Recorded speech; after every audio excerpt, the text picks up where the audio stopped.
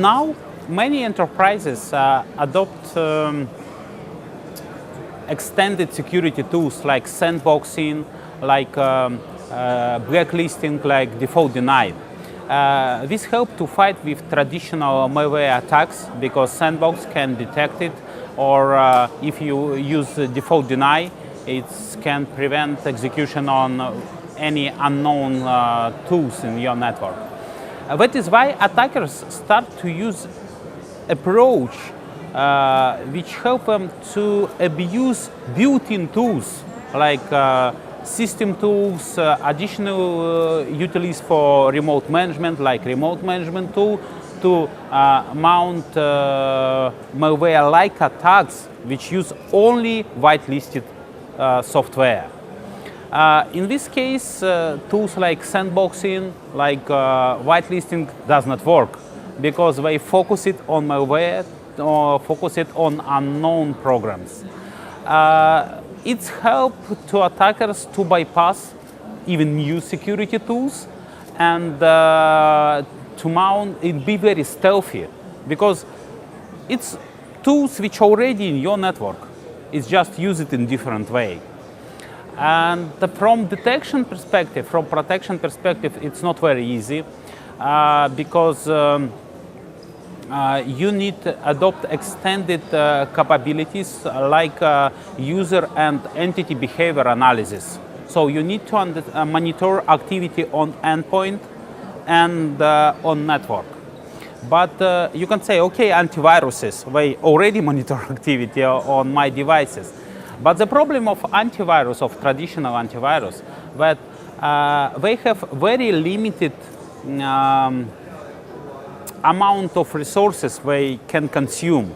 They cannot consume all power of your laptop, for instance. In this case, everybody say, oh, this antivirus is very bad. It's eat a lot of resources. And also antiviruses, they need to make decision right now. It's black or white, but this is white. It's just behave like a black. That is why behavior analysis tools use central node, which collect behavior information from different devices. And in central node use extended techniques like machine learning to understand is this behavior correct? Is it run by system administrator or standard user or by hacker? And also we believe that cyber threat hunting approach, when it's not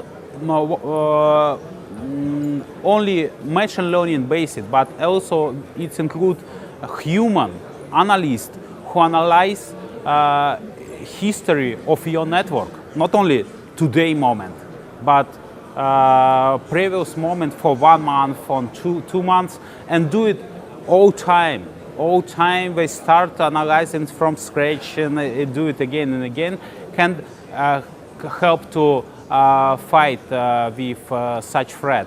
Many security vendors have cyber threat hunting teams in their infrastructure to find new attacks, to monitor networks of customers.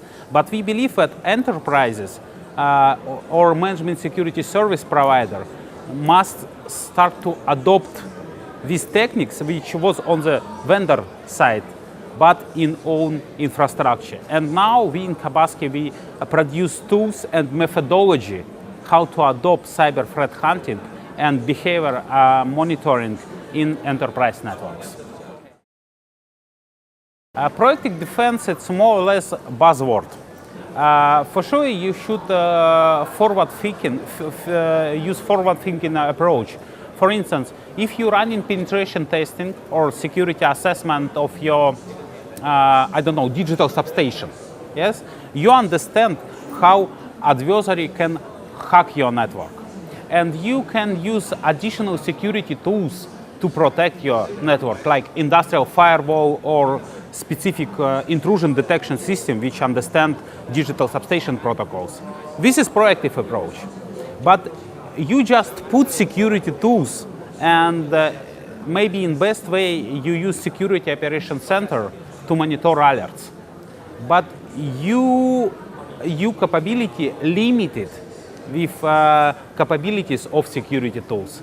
If you want to improve this capability, you should use cyber threat hunting approach to detect attacks which already have bypassed these security tools. The key of threat hunting, that you believe that all your network already hacked, and you use your security tools only as a source of information, which next analyzed by machine learning or by analysts using technique, tactic, and procedures.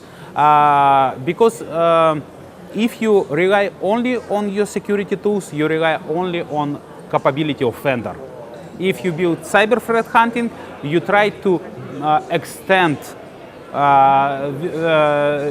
these tools with new knowledge coming with different cyber threat intelligence sources.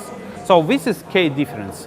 Proactive, it's about security tools, implemented it in the forward thinking. But cyber threat hunting is approach for iteratively search for new threats inside of your network. It's two parts of puzzles, so two pieces of one picture. I believe that now it's a market where are a lot of good tools for security to fight with targeted attacks, but tools does not work by itself. Because if we speak about targeted attack, we speak about adversaries, about hackers, about humans. Humans use tools, use weapons to attack your network. And humans are very flexible. Very flexible, they always will find the weakest link in the chain to hack your network, to be stealthy. And they can bypass any security tools you have. That is why we believe that tools does not work by itself, and you should start from people and end with people. You should understand your adversaries. You should analyze cyber threat intelligence to understand technical procedures. Your employees should be well educated. They should understand cyber threat, and you should follow instructions, safety instruction, and have a good level of awareness. They should be educated. Your IT security staff should have hands-on experience with threat hunting and incident response. Because in many companies, IT security staff more focused on prevention. But in case of incidents, they don't know what to do because it's something unusual.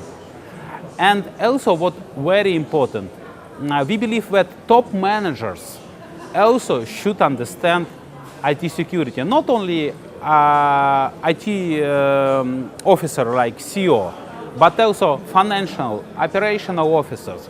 They should understand why cybersecurity is so important. Because, for instance, for banks still think that they financial institution, but in fact, modern bank is an IT company. All money is just bit and bytes in the computer system. And let's imagine that ransomware will encrypt your server network in banks. What you should do? You cannot operate. You cannot do anything. And all team should understand, including PR, operational, GR, should understand what they must to do in case of incident, how they can include security in new project. For instance, if you build new website or you introduce new service plan for mobile network to your customers, how it will impact cybersecurity? Can it create additional risk? And if this risk become a reality, what you should to do together, all together as a team? Personally, I'm more focused on enterprise security. Yes, I understand how to build security for big companies, but everybody, we use services from big companies. We buying tickets, we using credit cards, we using public transportation system. And cyber attack against these companies can be a problem for everybody. Like it was in Ukraine with electrical substation, which was attacked and this cyber attack was the reason of the big blackout in several regions of the country. So this cyber attack, like cyber physical attack, have created a lot of problems because modern city cannot work without electricity. Modern city cannot work without transportation. Let's imagine that somebody will stop on the ground for 2 days. It will be a big problem for Taipei, I think. Let's imagine that somebody will stop water supply, which also now managed by computers. It will be also a problem for all of us. That is why I think that we as citizens